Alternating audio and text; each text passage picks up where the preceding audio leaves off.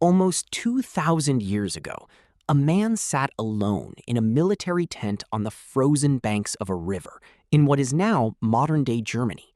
He was the most powerful person on the planet. He commanded the largest army in the world. He controlled an empire spanning 3 million square miles. He had access to unlimited wealth, unlimited pleasure, and unlimited power. And instead of using that power, he sat down and wrote a journal. Not a declaration, not a proclamation, not a list of his victories. A private journal written only for himself, about his failures, his struggles, his fears, the constant battle he was fighting not against his enemies, but against himself. That man was Marcus Aurelius, Roman emperor from 161 to 180 AD. And that journal, which he never intended to publish, became one of the most read books in human history. It is called Meditations. I have read it 3 times, and every single time I am stunned by the same thing. This man lived nearly 2,000 years ago, and he was right about everything. Not mostly right, not right about some things. Everything. Everything he wrote about anxiety, the science now agrees. Everything he wrote about resilience, the psychology confirms it. Everything he wrote about how to deal with difficult people, the research validates it. Everything he wrote about what actually makes a human being happy, 2,000 years later, we are still arriving at the same answers he found sitting alone in that tent. Today, I am going to prove it. I am going to take Marcus Aurelius's most powerful ideas and show you exactly how modern science, modern psychology, and modern research have confirmed what a Roman emperor figured out with nothing but a candle and a quill. This is not a history lesson. This is a playbook for your life. Let's begin. Before we get into the ideas, you need to understand who this man was, because the context makes everything more powerful. Marcus Aurelius was born in 121 AD in Rome. He was adopted by Emperor Antoninus Pius and groomed from a young age to lead the Roman Empire. Now, here is what makes Marcus Aurelius extraordinary and completely different from almost every other powerful person in history. He did not want power. He was a philosopher first, a student of Stoicism, an ancient Greek school of thought that taught that the good life comes not from external circumstances, but from the quality of your inner life, from virtue, from reason, from self-mastery. When he became emperor at the age of 40, he called it a burden. He spent his reign fighting wars he did not start, managing a plague that killed millions, dealing with corruption, betrayal, and constant crisis. And through all of it, he kept writing, privately, honestly, in his journal that would become Meditations. He wrote about his own failings, about days when he did not want to get out of bed, about anger he had to fight down, about people who frustrated and disappointed him, about the fear of death, about the pressure of power. He wrote like a man trying desperately to be better, not a perfect emperor, a better human being. And that is why his words still reach across 2,000 years and grab us by the collar. Because he was not writing as a conqueror. He was writing as a person, struggling with the exact same things you and I struggle with today. Now, let's look at what he got right. Marcus Aurelius wrote this: "You have power over your mind, not outside events. Realize this, and you will find strength." 2,000 years ago. No neuroscience, no psychology, no research institutions. And he was exactly right. Here is what modern science says about this. Psychologist Viktor Frankl, who survived the Nazi concentration camps and wrote Man's Search for Meaning, spent years studying human beings under the most extreme conditions imaginable. And what he found perfectly echoes Marcus Aurelius. Between stimulus and response, there is a space, and in that space is our power to choose our response. That space, That gap between what happens to you and what you do about it is where your entire psychological freedom lives. Modern cognitive behavioral therapy, CBT, which is now the most widely practiced and scientifically validated form of psychotherapy in the world, is built almost entirely on this principle. The events of your life do not directly cause your emotional suffering. Your interpretation of those events does. Change the interpretation, change the emotional response. That is CBT in one sentence. Marcus Aurelius was practicing CBT 2,000 years before Aaron Beck invented it. He wrote, "If you are distressed by anything external, the pain is not due to the thing itself, but to your estimate of it. And this you have the power to revoke at any moment." Your estimate of it, your interpretation, your response. This is not toxic positivity. This is not just think happy thoughts. This is the recognition that the one domain you will always have sovereignty over, regardless of what the world does to you, is your own mind. And modern psychology has spent the last 100 years proving he was right. Marcus Aurelius wrote this: "Make the best use of what is in your power, and take the rest as it happens." This idea, the dichotomy of control, is the absolute foundation of Stoic philosophy, and it may be the single most psychologically protective idea ever articulated. The Stoics divided the entire universe into two categories: things within our control, our thoughts, our values, our responses, our effort, our character. Things outside our control, other people's opinions, the weather, the economy, other people's behavior, outcomes we cannot guarantee. And their teaching was clear. Invest your energy entirely in the first category. Release your grip entirely on the second. Now, here's what modern psychology says. Dr. Julian Rotter, psychologist at the University of Connecticut, developed a concept in the 1950s called the locus of control. People with an internal locus of control believe that their actions determine their outcomes. People with an external locus of control believe that luck, fate, or other people determine what happens to them. The research is unambiguous. People with an internal locus of control, people who focus on what they can control, have better mental health, higher achievement, greater resilience, and longer lives.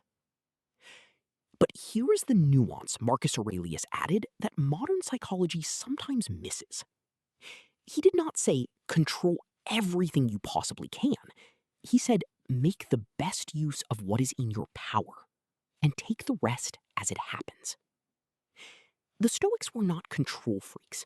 They were clear-eyed realists who understood that trying to control what cannot be controlled is the primary source of human suffering. Anxiety, at its core, is almost always an attempt to control what cannot be controlled, to predict the unpredictable, to guarantee the unguaranteeable. Marcus Aurelius had the answer for anxiety 2,000 years before anxiety disorder was ever diagnosed. Focus on your effort. Release the outcome. Find peace in the process. Modern therapy is still teaching people this same lesson today. This one might surprise you. Marcus Aurelius began almost every single day with the same practice. He would wake up, and before doing anything else, he would mentally prepare himself for the day ahead. He wrote, "When you wake up in the morning, tell yourself, the people I deal with today will be meddling, ungrateful, arrogant, dishonest, jealous, and surly." Now, before you think that is the most depressing way to start a day, hear what comes next.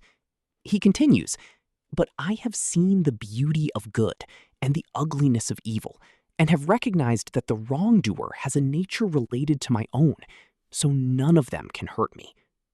This practice, deliberately preparing your mind for the challenges of the day before they arrive, is called negative visualization by modern Stoics, and it is one of the most psychologically powerful techniques that modern research has validated. Here is the science. A 2016 study published in the Journal of Experimental Psychology found that people who mentally pre-lived difficult scenarios before they happened, who thought through challenges in advance, experienced significantly less anxiety and performed significantly better when those challenges arrived, because they had already processed the emotional response. They had already decided how they would respond.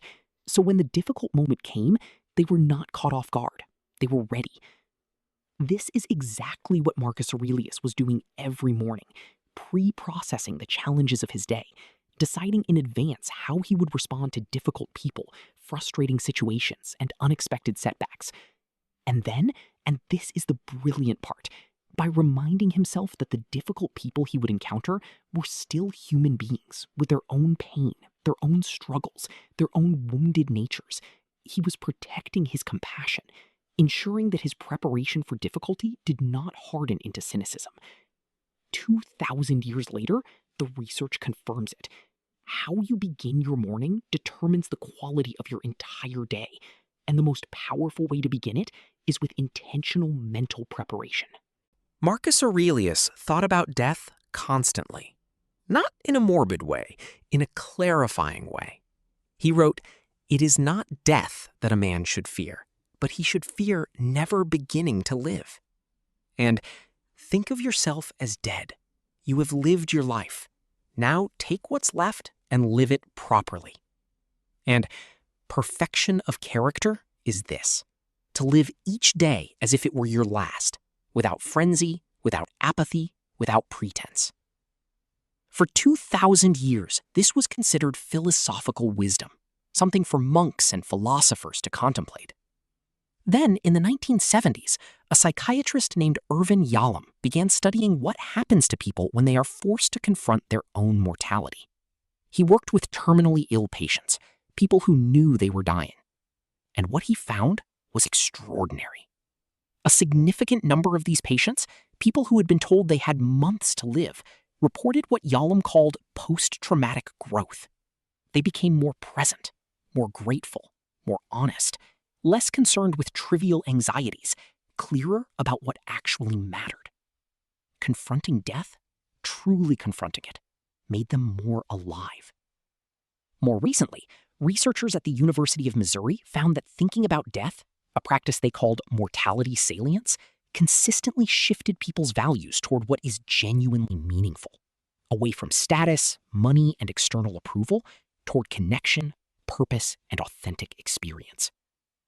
Marcus Aurelius used this exact practice. He called it memento mori, remember you will die.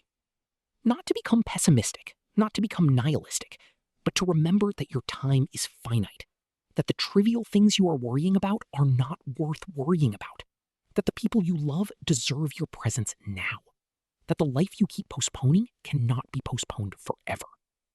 The emperor who had everything, who could have had anything, spent his mornings reminding himself that he would die, so that he could spend his days actually living. 2,000 years later, the therapy confirms it. Awareness of death is one of the most powerful motivators for a meaningful life.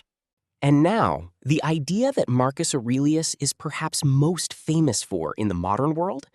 He wrote, "The impediment to action advances action. What stands in the way becomes the way." Or, in simpler terms, the obstacle is the way. This idea inspired Ryan Holiday to write a best-selling book with that exact title. It has been adopted by NFL teams, Olympic athletes, and Fortune 500 CEOs. Bill Belichick, the most successful coach in NFL history, has reportedly given copies to his entire coaching staff. But what does it actually mean? And does the science support it? It means this: every obstacle you face contains within it the exact quality you need to develop in order to overcome it. Facing financial hardship? The obstacle is teaching you resourcefulness, creativity, and the difference between needs and wants. Facing rejection? The obstacle is teaching you resilience, self-reliance, and where your self-worth actually comes from. Facing illness? The obstacle is teaching you presence, gratitude, and the irreplaceable value of health. The obstacle is not in the way of your growth. The obstacle is the growth. Now, here's what modern psychology says.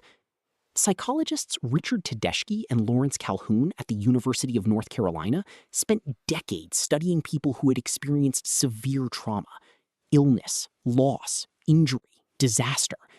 And what they found was that a significant percentage of these people, not despite their suffering, but through it, reported profound positive psychological transformation.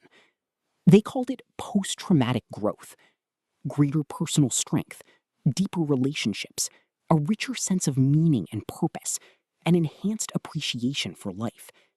Not all suffering leads to growth. Let me be clear about that. Suffering alone does not guarantee anything. But suffering met with the right mindset, the mindset Marcus Aurelius described, suffering that is examined, learned from, and transformed into fuel, that suffering consistently leads to the kind of growth that comfortable lives never produce.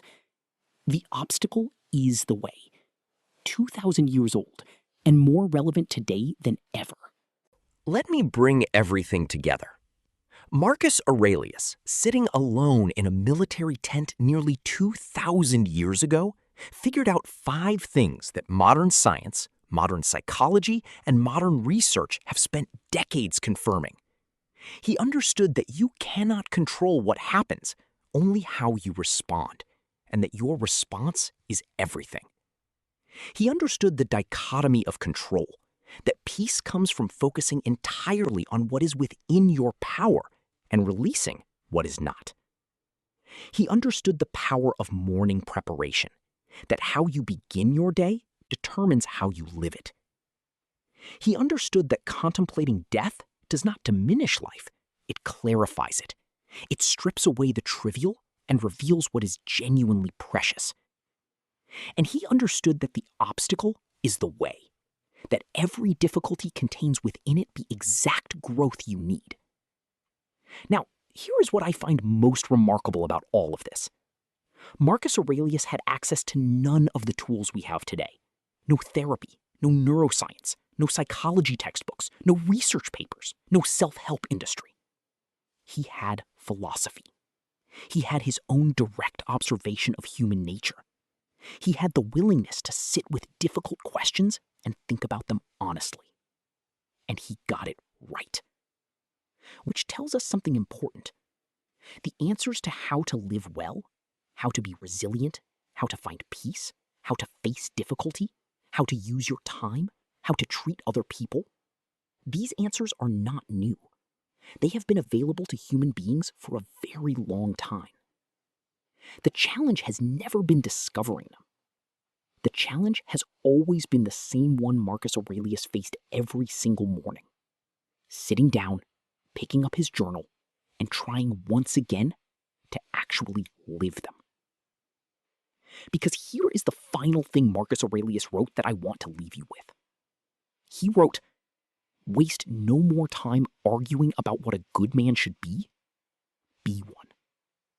Not read about it, not think about it, not watch a video about it. Be one." That is the proof. Not in the ancient words, but in what you do with them after this video ends. I'll see you in the next one.